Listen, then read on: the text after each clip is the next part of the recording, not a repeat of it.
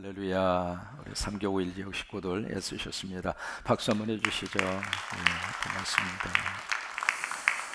우리 월삭을 지키는 여러분, 이 한 달 동안 하나님의 큰 복이 임하기를 주의 이름으로 축원합니다. 서로 한번 인사하시면서 이 한 달 좋은 일 많이 생기세요. 서로 한번 축복하시기 바랍니다.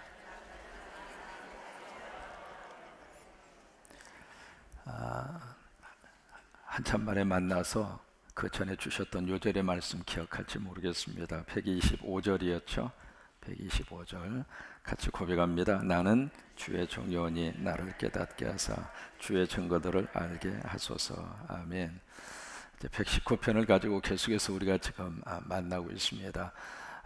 이 시편이 가지고 있는 주제는 뭐라고 그랬죠? 말씀, 그것이 주제입니다. 우리가 성경이라고 하는 주제를 가지고 이렇게 길게 한 시편을 만들어낼 정도로, 무슨 얘기냐면 그만큼 이 말씀과 이 성경이 가치를 가지고 있고 그만큼 중요하고 소중하다라고 하는 것을 우리에게 보여주고 있습니다. 제가 이제 신학교 시절에 김정준 교수님이 계셨는데 그분이 구약학을 강의하셨거든요. 첫 학기 들어갔는데 첫 번 본문으로 선택한 구약학 그 강의 시간에 첫 번 구절이 시편 40편 1절이었어요. 근데 그 40편 1절을 가지고 한 학기 동안 계속 그 한 구절을 가지고 한 학기를 강의를 하셔요. 근데 구절이 긴 것도 아닙니다. 내 백성을 위로하라, 내 백성을 정다히 위로하라. 딱 그 한 구절이거든요. 그 한 구절을 가지고 한 학기 동안 계속해서 강의를 하시는 것을 보면서 그때 두 가지를 깨달았습니다. 하나님의 말씀은 한 구절을 가지고도 전체를 꿰뚫어 볼 수 있구나. 그걸 이제 느낄 수가 있었고, 또 하나 한 구절 속에서 우리가 꺼낼 수 있는 하나님의 은혜의 깊이가 이렇게 깊은 거구나. 그것을 신학교 시절에 깨달은 적이 있었어요. 어느 목사님은 요한복음 3장 16절의 말씀을 가지고 3년 동안 설교를 했습니다. 놀라지도 않으셔.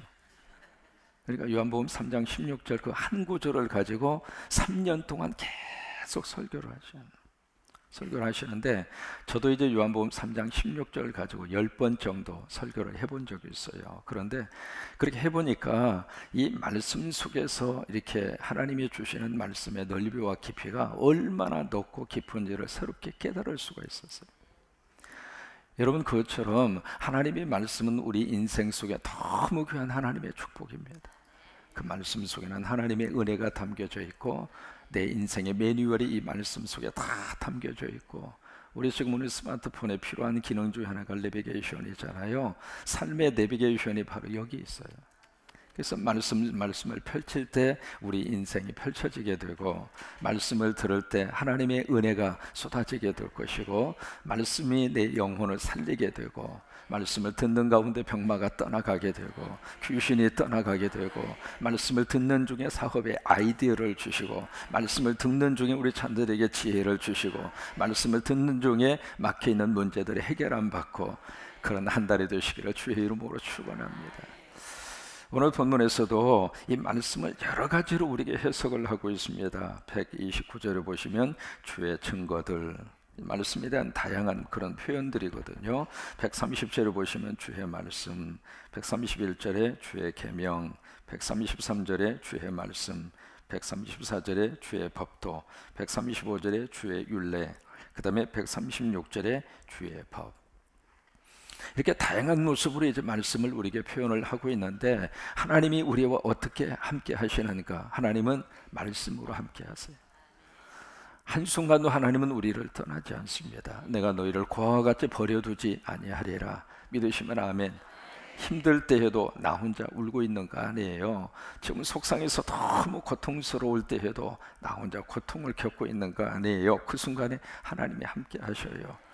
부모와 자식 아무리 떨어져 있어도 그 자식이 있는 곳에 부모의 마음은 함께 하고 있는 거예요. 그래서 가끔씩 저는 그래요. 아이들 있는 쪽 보고 손들고 기도해요. 몸은 떨어져 있지만 내가 너희와 함께 한다. 하나님은 우리와 더 함께 하세요. 한순간 우리를 떠나지 않으셔요. 그런데 그 하나님이 우리와 어떻게 함께 하시는가? 말씀으로 함께 하세요. 성령으로 함께 하시고요, 영으로 함께 하시고요. 그러니까 구체적으로 하나님의 살아계심을 어디서 우리들이 느낄 수 있느냐면 여기서 느끼는 거예요. 거기서. 그러니까 그 말씀이 우리 속에, 가슴 속에 팍 하고 은혜로 와서 내 영혼의 심령에 꽂히는 순간, 아하, 하나님이 나와 함께 하시는구나. 하나님이 내 곁을 떠나지 아니하시고 나를 도와주시고 나를 이끌어 주시고, 그것을 어느 순간에 깨닫고 느끼게 되느냐면 말씀이 내 속에서 믿음으로 은혜로 와 닿는 순간. 이사야 41장 10절에 보시면 두려워하지 말라, 내가 너와 함께 함이니라. 그 말씀을 우리에게 주시고 있잖아요. 내가 너를 도와주리라. 내가 너를 참으로 나의 의로운 오른손으로 내가 너를 붙들리라. 그 말씀을 주시면서 두려워 말라. 그리고 그 말씀을 주시는 이유가 그 다음에 기록이 되어 있어요. 내가 너와 함께 함이니라. 그러면 하나님이 우리와 어떻게 함께 하시는가? 말씀으로 함께 하시고 성령으로 함께 하시고, 그래서 말씀과 함께 사는 순간 하나님이 나와 함께 하시는 순간. 감리교를 만든 요한 웨슬레, 그분이 마지막 세상을 떠나면서 남긴 유언이 아주 감동적입니다. 마지막 천국 가기 직전 이 세상에서 그가 남긴 마지막 유명한 말이 있습니다. 무슨 말을 남겼느냐면, 이 세상의 최고의 행복은 하나님과 가까이 사는 것이다. 하나님과 함께 사는 것이다. 그게 이제 요한 웨슬레의 마지막 유언이에요. 근데 하나님이 우리와 함께하고 하나님을 가까이 갈 수 있는 그 방법이 말씀이라고요. 한 번은 이제 도둑이 들어왔습니다. 도둑이 들어와서 요한 웨슬레 집에 있는 것을 다 훔쳐가는, 순간 도둑하고 요한 웨슬레하고 눈이 딱 마주친 거예요. 옴칫하는 순간 요한 웨슬레가 그러지 말라고, 이거 당신이 훔쳐가는 것이 아니라 내가 주는 것이라고. 그래서 도둑이 이미 다 싼 거 그냥 보따리째 가지고 가라고. 그러면서 딱 보따리를 가지고 가려고 하는 순간에 잠깐 기다리라고, 하나 더 가지고 가라고. 그래서 책상에서 보니까 포장된 것을 하나 꺼내 가지고 그 도둑에게 그걸 주는 거예요. 그게 바로 뭐였냐면 성경이었어요. 그러니까 얼떨결에 주니까 성경까지 받아 가지고 이제 도둑이 간 거죠. 오랜 세월이 지났습니다. 어느 한 지역에 가서 이 요한 웨슬레 이 목사님이 집회를 하고 있는데, 그 집회 가운데에 중년의 남성이 뚝뚝 걸어오는 거예요. 걸으면서 이 목사님에게 큰 절을 하면서 하는 말이, 목사님 혹시 기억할지 모르겠습니다. 뭔데요? 그러면서 자초지종을 쭉 이야기하는데, 그때 그 주인공이 바로 나입니다. 그러면서 그 성경 말씀을 가지고 가서 이 도둑으로 살던 사람이 말씀 앞에 깨진 거예요. 말씀 앞에 회개하고 말씀 앞에 새로운 인생을 사는 계기가 이루어져서 그때부터 열심으로 살아서 돈을 벌었어요. 돈을 벌어가지고 그 도둑질에서 가지고 온 그것을 액수로 환산을 해서 다시 요한 웨슬레 목사님에게 헌금한 거예요. 좋은 일에 써달라고. 하나님은 말씀과 함께 하시면서 우리 생명을 붙들어 주시고 우리를 변화시켜 주시고 우리에게 용기를 주시고, 그런 역사와 능력이 2월 한 달 동안 우리 가운데 충만하시기를 주의 이름으로 축원합니다. 사람은요, 말을 먹고 살아요. 말을 하고 살고 말을 먹고 살아요. 그래서 우리가 무슨 말을 어떻게 하느냐, 어떤 말을 먹고 사느냐, 그것이 인생이에요. 행복하기를 원하면은 행복의 말을 먹어야 돼요. 행복의 말을 내가 쏟아놓고 살아야 돼요. 왜? 그래야 사람은 살 수가 있는 거예요. 아무리 힘들고 어려워도 꿈을 이야기하고 그리고 비전을 이야기하고 그 말을 들으면 참 묘해요. 들은 대로 되고 말한 대로 돼요. 그래서 민수기에 있는 말씀대로 하나님이 그렇게 말씀하시잖아요. 너희가 말한 거, 너희가 입으로 언급한 거, 그 말한 것을 내가 듣고 그 말대로 이루어지게 하리라, 그렇게 말씀하시잖아요. 그러니까 이 말이 가지고 있는 이 힘이 얼마나 큰지 몰라요. 여러분, 정태희 교수님 아시잖아요. 오셔서 이제 설교도 많이 해주신 목사님이신데, 그분이 이제 저쪽에 신안 저쪽에 있는 섬 출신이잖아요. 한 번에 이제 젊은 어린 시절에 우물가에 이렇게 아줌마들이 물을 길고 있는 그쪽에 이분이 쑥 이렇게 우연히 지나가게 됐어요. 지나가게 됐는데 그 아주머니 중에 한 분이 이 정택이 이분에 대해서 말하는 것을 들은 거예요. 무슨 말을 들었느냐면, 태기는 얼굴도 못생기고, 근데 정택이 교수님 그렇게 얼굴 못생길 얼굴이 아니거든요. 저보다 훨씬 낫거든요. 태기는 얼굴도 못생기고 말도 못하고, 아휴, 저 친구 여자들 좋아하지 않을 거야. 아줌마들이 이렇게 이야기하는 그 내용을 우연히 지나가다가 딱 들은 거예요. 들었는데 그 말이 그 가슴 속에 꽂힌 거예요. 그때부터 이분은요, 여자들 앞에 서면 왠지 작아지는 스스로를 느낀 거예요. 30살이 넘을 때까지 여자들 앞에 서지를 못했어요. 왜? 그 여자의 한마디가, 그 아주머니의 그 한마디가, 그때 그분은 그 말하고 다 잊어버렸을 거예요. 근데 이 택이 이분은 머릿속에 딱 박힌 거예요. 근데 그것이 언제 풀렸느냐면 미국에 유학을 가서 36살 될 때 교수님을 만나서 그 응어리가 풀린 거예요. 그리고 나서 자유함을 얻게 된 거예요. 여러분, 사람의 말이 그 정도로 사람에게 영향력을 미치고 있거든요. 그렇다면 하나님의 말씀은 더 큰 힘이 있어요. 하나님의 말씀은 더 우리의 인생을 꽉 휘어잡을 수 있고, 그래서 말씀 따라가면 하나님의 은혜가 임하고, 말씀 따라가면 하나님의 축복이 임하고, 말씀 따라가면 인생이 확 열리게 될 줄로 믿으시면 아멘. 그래요. 그래서 이 말씀을 세 가지로 우리들이 만나야 돼요. 첫째로 말씀을 읽어야 돼요. 느헤미야 8장 1절로 8절에 보시면 말씀 부흥 집회가 수문앞이라고 하는 광장에서 열리게 되는데, 그때의 강사로 초청받은 사람이 에스라입니다. 그래서 수문앞 광장에 이스라엘 백성들이 다 모여서 말씀 부흥 집회를 거기서 하게 되는데, 그 집회의 특징이 세 가지예요. 첫째로 말씀을 읽었어요.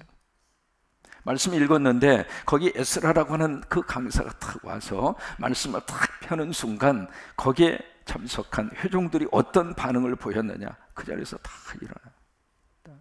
그러니까 하나님의 말씀을 펴는 순간 그 자리에서 다 일어났어요. 지금은 우리가 우리 손에 다 성경이 있습니다만은 그 당시에는 성경이 딱 하나밖에 없었단 말이죠. 두루마리 성경 하나밖에 없었어요. 그러니까 이 성도들 손에는 하나님의 말씀이 없었거든요. 그러니까 두루마리 성경을 가지고 와서 딱 펴는 순간 그 자리에서 다 일어나요. 또 하나, 그 말씀이 선포될 때마다 거기에 모인 그 모든 성도들의 반응이 아멘, 아멘. 그냥 아멘한 것이 아니라 손들고 아멘한 거예요. 손들고 아멘. 그런 그 말씀을 읽는 그 시간을 어느 정도 가졌는가? 새벽부터 정오까지.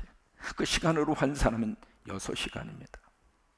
성경 봉독만 6시간을 한 거예요. 여러분, 주일날 여러분들이 오셔서 말씀 봉독만 6시간 한다고 생각해 보세요. 은혜가 철철 넘치겠죠? 근데 그것도 하루만 한 것이 아니라 초막절 이 절기 처음부터 끝까지 했어요. 6일 동안.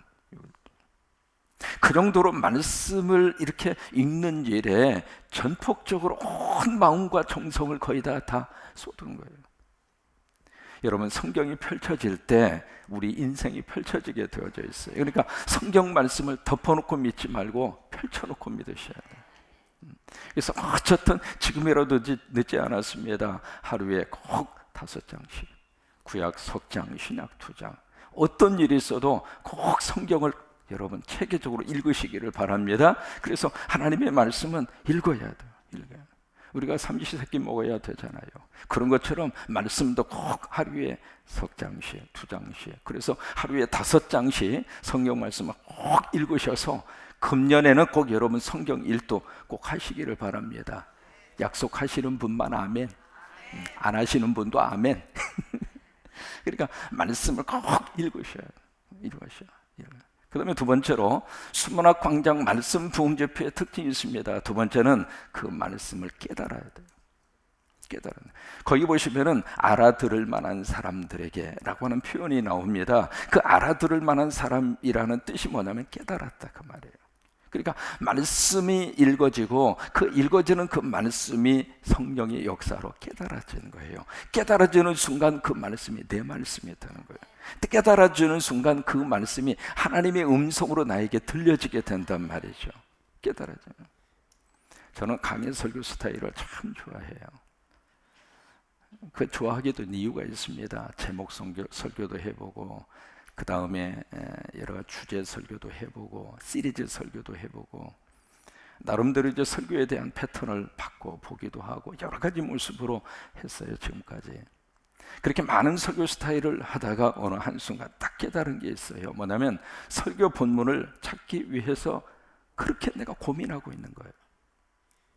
그러니까 설교의 본문을 선택하기 위해서 내 머릿속에 내가 설교하고 싶은 내용이 딱 머릿속에 정해져 있는 거예요. 그리고 거기에 맞는 설교 본문을 선택하기 위해서 아주 애를 쓰고 있는 내 모습을 발견하고 이건 아니다.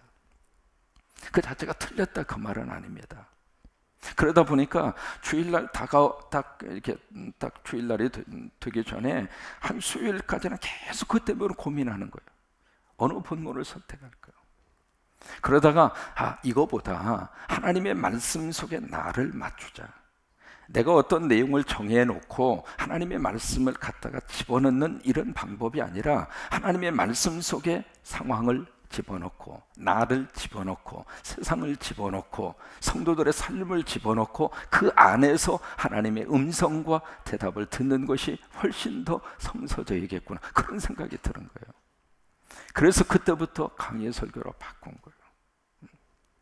그러면서 제가 깨달은 게 있습니다. 참 묘한 게요, 세상은 변하지만은 하나님의 말씀은 어떤 상황 속에서도 답을 줍니다. 참 그런 것을 너무 많이 느꼈어요. 너무 많이. 저희 재단 목회하는 동안 계속해서 강의 스타일로 설교를 하고 싶은 이유 중에 하나도 그거예요. 모르겠어요, 창세부터 계시록까지 다 할 수 있을지 모르겠습니다만은 하는 데까지 한번 해보려고 그럽니다. 그래서 이 강의 설교를 하면은 하나님의 말씀의 맥이 쭉 연결이 되는 거예요. 그 속에서 깨달아지는 거예요. 그 속에서 하나님의 음성을 들을 수가 있는 거예요. 그래서 여러분, 하나님의 말씀은 깨달아져야 복이에요. 그 다음에 세 번째, 그 말씀이 내 삶 속에 적용될 때 축복이에요. 그 적용을 다른 말로 말하면 반응이라, 그렇게 볼 수 있어요. 두 가지의 반응이 필요해요. 말씀 앞에 두 가지 반응이 필요한데, 첫째는 감정적인 반응이 있어야 돼요. 그 감정적인 반응이 바로 뭐냐면 아멘입니다. 말씀은 아멘으로 먹어요. 참 묘합니다. 같은 설교인데 성도들이 그냥 열심으로 말이죠, 아멘 아멘 하면, 그러면 설교자가 지가 잘하는 줄 알고 설교를 더 잘해요. 왜 그럴까요? 이게 성령과 성령이 교제하는 거예요. 그러니까 아멘하는 그 음성 그 자체가 우리에게 은혜를 실어다 주는 하나의 도구가 되는 경우들이 참 많아요. 그런 것처럼 그건 감정적인 반응이에요. 말씀 앞에 보이는 우리의 감정적인 반응.